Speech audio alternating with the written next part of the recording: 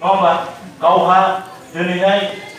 फरायनाय जोबनानै मा मावनांगौ मा मावनाङा बेखौ खुनु मोनसे थासारि गैला बेखौ सोर खालामगोन समाजा दिन्थिनानै होनांगोन जों नङा होमबा बेफार फालांगियाव आखाय होनो हानाय मानसि गैया जोंनि गेजेराव जौआबो बेखौ होहोनाय जानाय नङा इभेन बिथाङा गावनो नायनो हाखाया होनना बुंदों होहोनाय जानाय नङानो बिथाङा जे फोसावबाय बिथाङा जे फोसावबाय बिनि थाखाय क्लेप्स होनो थाखाय रायजो राजा बयखौबो गुरै खावलायबाय आफादगिरिनि थांखि हिसाबै दे फुजा कमिटिनि आफादगिरिनि थांखि हिसाबै बिथांनिसिम आफादनि जानानै रोजा रोजा साबायखर बावबाय गालापाराया मेट्रिक फार्स्ट डिभिजन जानायखौ बरायदों मावजिपाराया मेट्रिक फार्स्ट डिभिजन जानायखौ बरायदों सिलबारिया मेट्रिक फार्स्ट डिभिजन जानायखौ बरायदों मरापाराया मेट्रिक फार्स्ट डिभिजन जानायखौ बरायदों खालिपाराया मेट्रिक फार्स्ट डिभिजन जानायखौ बरायदों खात्रिबारिया मेट्रिक फार्स्ट डिभिजन जानायखौ बरायदों फस्लाबारिया मेट्रिक फार्स्ट डिभिजन जानायखौ बरायदों सरायखनसाया मेट्रिक फार्स्ट डिभिजन जानायखौ बरायदों मानो बरायदों जोंनि फिसाजो फिसालाफ्रा मानसि मोजां जाथों डक्टर इन्जिनियार जाथों बे सिमां खिन्थु नोंनि उसुं गोदायावनो सानबा मेला जानायनि नामाव दाउ खेला हांसो खेला बायदि बायदि होनानै रिजाल्टआ मोजां जायाबा दुखुआ सोनाव थागोन नों जे समाज लुबैदोंमोन नों जे गामिखौ थिग खालामनो लुबैदोंमोन नों जे फिसाजो फिसालाखौ थिग खालामनो लुबैदोंमोन मायाव नागिरनानै दिहुननो गोरोन्थिया मायाव थालांखो महालय फुजायाव सानबा बलांगुरियाव सानबा बरलगावआव सानबा टाउनाव 15 दिन गोबां आरो बिनि एग्जामफोरखौ जों गोबां होनो हायो जोंनि मेट्रिक रिजाल्टआ माबायदि जानानै दं दा जों बेफोर खोथाफोरखौ साननानैसो जे मानव गेदेर नोंथां फुजा हो मानव गेदेर नोंथां मेला हो अन्नानै जायजों इयुन जोलैफ्रा एसे नस्थ' जागोन बेफोरखौ दाखालाम होननानै जों खावलायफैदों जोंथ' बुलायनांगौ सौलायनांगौ बुख्रुबनांगौ मानांगौ राव बुङाखै जों खावलायफैदों आरो सोर खावलायदों बर'नि बिफा आफाद बर'नि बिफा बर' थुनलाइ आफादा जरित दं बेहाय बर'नि धोरोमारि आफाद बाथौ ब्रह्म ख्रिस्टियान गुबुन गुबुन धोरोमा जरित बेवहाय बर'नि समाज आफादाखौ जरित बेवहाय दुलाराय बर' फरायसा आफादा खावलायफैदों बेहाय दा जों खावलायफैदों नोंथांमोनाबो सान आरो साननायनि समा अलरेडि जोब्बाय खेला होगोन एसे फैसा खामायगोन बांसिन जुदि समाजा गाज्रि जायो लाबा मा जागोन ओंखायनो मानगोन नोंथांमोन बर' बाजारनि रिजाल्टखौबो खबर लानायनि सम जाबाय माबायदि जादों मेट्रिक रिजाल्टखौ फस्लाबारिनि रिजाल्टखौबो खबर लानायनि सम जाबाय माबायदि जादों मेट्रिक रिजाल्टआ बरलगावनि रिजाल्टखौबो खबर लानायनि सम जाबाय माबायदि जादों रिजाल्टआ मेट्रिक रिजाल्टआ माख्रानिखौबो बलांगुरिनिखौबो सुबाइजानिखौबो मंगलियानिखौबो खबर लानायनि सम जाबाय माबायदि जादों दा जोंनियावनो जादोंबा गुबुनाव जायनि जेबो मानियानो गैया स्ल'गाना चेन्ज जानो बाध्य जाबाय नोंथांमोन ड्राग्स जानायखौ होबथानो नंला उमुकनि फिसालाया ड्राग्स जाबाय नंला ड्राग्स जानानै मानसि थैबाय बिजों रायलाय ड्राग्स जानानै मानसि थैबाय सेंग्राफोरखौ बेखौसो रायलाय ड्राग्स जादोंनो जोबाखसै हिनजाव सिख्लाफ्रा सिगारेट अबथिंबाय आं नोंथांमोनखौ खावलायगोन 1 मास बिजिनि आनसलिक एबसुनि मावथि जानानै हिनजाव हौवा जा नोंथांमोना एबसु अफिसाव था खयजन सिगारेट सोबनाय हमनानै लाबोनो खयजन ड्राग्स सोबनाय हमनानै लाबोनो हाजार बुजायदों रिटार्न जाफिनाखै गिदिंफिनाखै मानसि मोजां जाफिनाखै खुनुदिन जै हाबबाय आरो गिदिंफिननो हायाखै इसोरा दा खालामथों गाबोन नोंथांनि फिसालाया जायोबा इसोरा दा खालामथों गाबोन नोंथांनि फिसाजोआ जायोबा इसोरा दा खालामथों नोंथांनि फंबाया जायोबा हाजार बर' फिसाफ्रा जाजोबोबा बोरै जागोन दा दाय हमलायनायनि सम नङा एबसुआबो जौ लोङो होनलायनायनि सम नङा साहित्य सभानि लिडारफ्राबो जौ लोङो होनलायनायनि सम नङा एनडिपिआबो जौ लोङो होनलायनायनि सम नङा बाथौआरि लिडारफ्राबो जौ लोङो होनलायनायनि सम नङा दे जों सानलायनि बर'नि समाजखौ बोरै लांनो सेंग्रा सिख्लाफ्रा जे गाज्रि जालांजोब्बाय नों आं बिबान थालायनाय मानसिफोर दायित्व लालायनि बेखौसो सान बेखौसो सान दहाय एसे आगोलाव बुंबाय रौता सारियालियाव KTM बाइक बिनानै मोनैनि गावनि क्लास 9 नि फिसालाया गावनि असे बिफाखौ बुथारदों फास्रि बिस्रि बांगालनाव जायाखै बाङालिनाव जायाखै सोनावबो जायाखै बर'नाव जादों आरो हरिसिंगानि मोनसे डन बक्स इंलिश मिडियाम स्कुलाव सासे बिगोमानि फिसालाया गुजरातआव फरायमोन गुजरातनिफ्राय हरिसिंगानि डन बक्सआव होफैदों महात्मा गान्धीनि जोनोम सानाव मोनसे मिटिंआव गथ'आ बिराद मोजां भाषण होनानै फार्स्ट प्राइज मोनदों मेगन सानानै दुष्ट बर' सेंग्राफ्रा बेखौ सोलो बाहाय सानफा एफा बेजों सुथुर जानानै जालिम लसन होननाय बे दांतआव फोनग्रा मुलि दङ बेखौ हराव लांखुमानानै दौदों थोरसि गोराजों खर' बुदों बुथारनानै खादावनानै दोनदों अखानायै प्रिन्सिपाला डिक्लेयार होदों अमुकनि फिसालाया फासि नांनानै थैबाय नाथाय बिफाया खुनुदिनबो आंनि फिसालाया फासि नांनो हाया मानिनानै लायाखै पुलिस रिपर्ट खालामबाय प्रिन्सिपाला जे फासि नांनानै थैबाय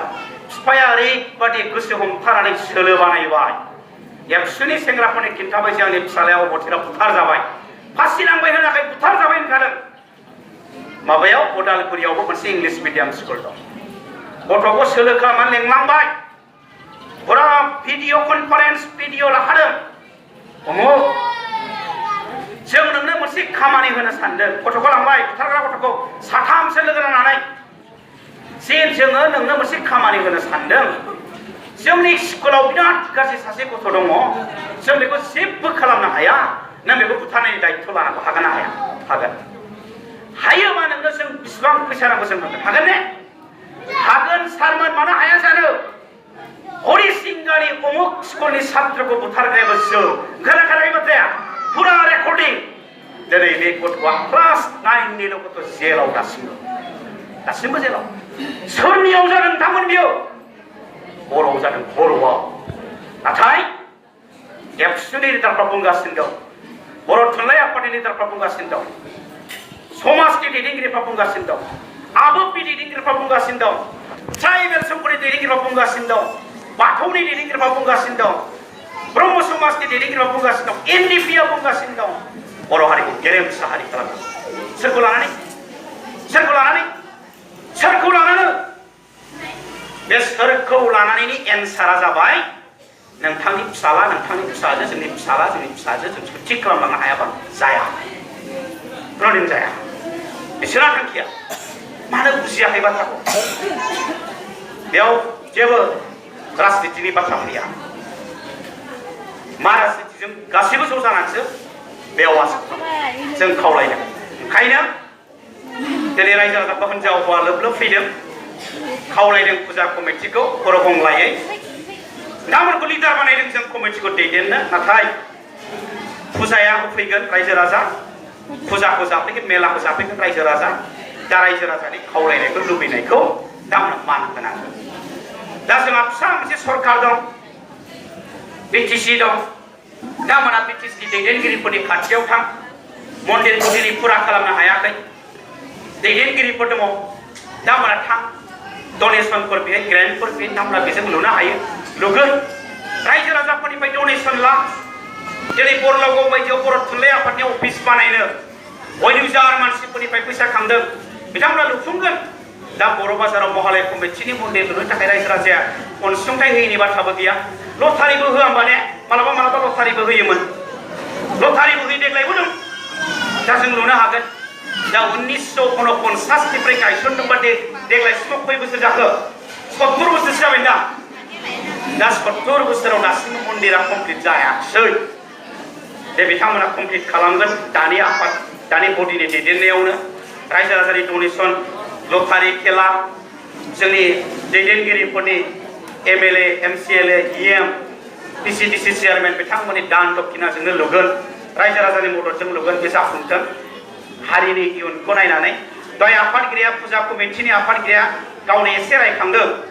जे बर' हारिखौ सारिय'फाले दिनै नाख्रेबनो नागिरदों जोङो 110 एबसुनि मावथिफ्रा बेवहाय मिथिनायाव बुजिनायाव मोनदांनायाव जोंखौ जे नाख्रेबनो नागिरखोमादों बिनि सिनसिरिटिया मा आरो बिनि थाखाय मेकानिजमा मा फर्मुलाया मा मा फै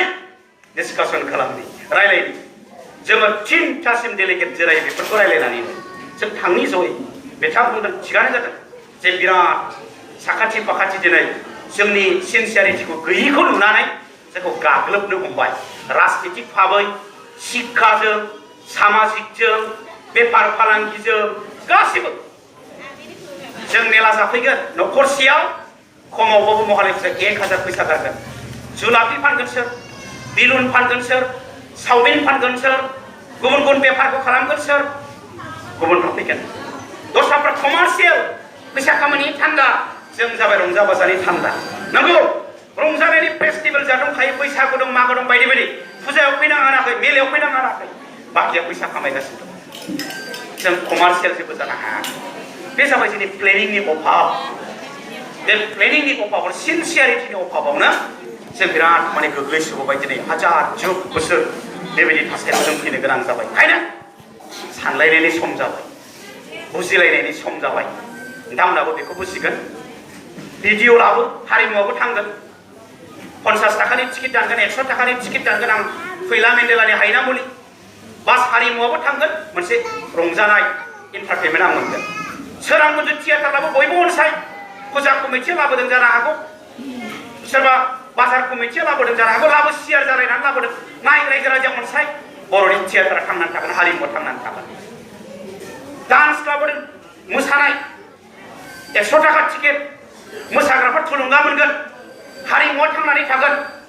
लाबोग्राफ्राबो एसे फैसा खामायगोन नायगोन जों अनसायगोन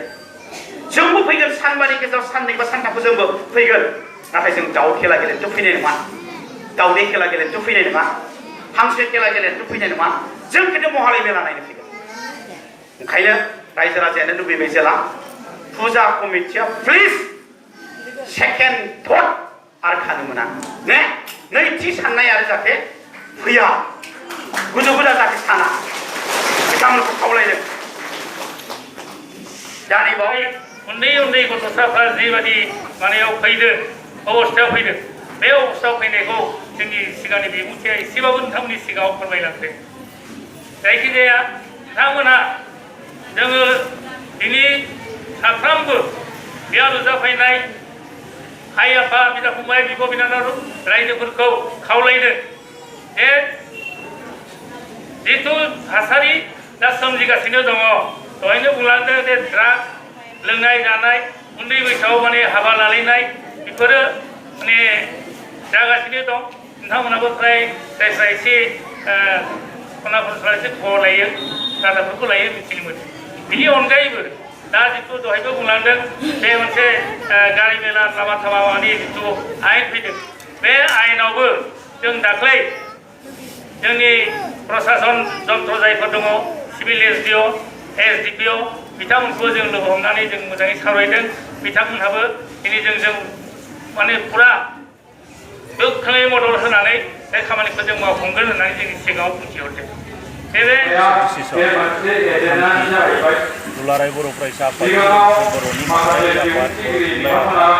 आइजो आफाद ट्राइबेल संघ धोरोमारि आफाद बेजों लोगोसे प्रग्रेसिभ आरो गुबुन गुबुन माखासे आफादफोर जथायै लोगो नांनानै बिजनि ओनसोलाव जेसेबां मेला जायो बे मेला फुजानि मुङाव मेलानि मुङाव जितु माखासे समाज बेरेखा जाय हाबाफारिया माने समाजनि खहा लाबोयो बेबायदि हाबाफारिखौ जोङो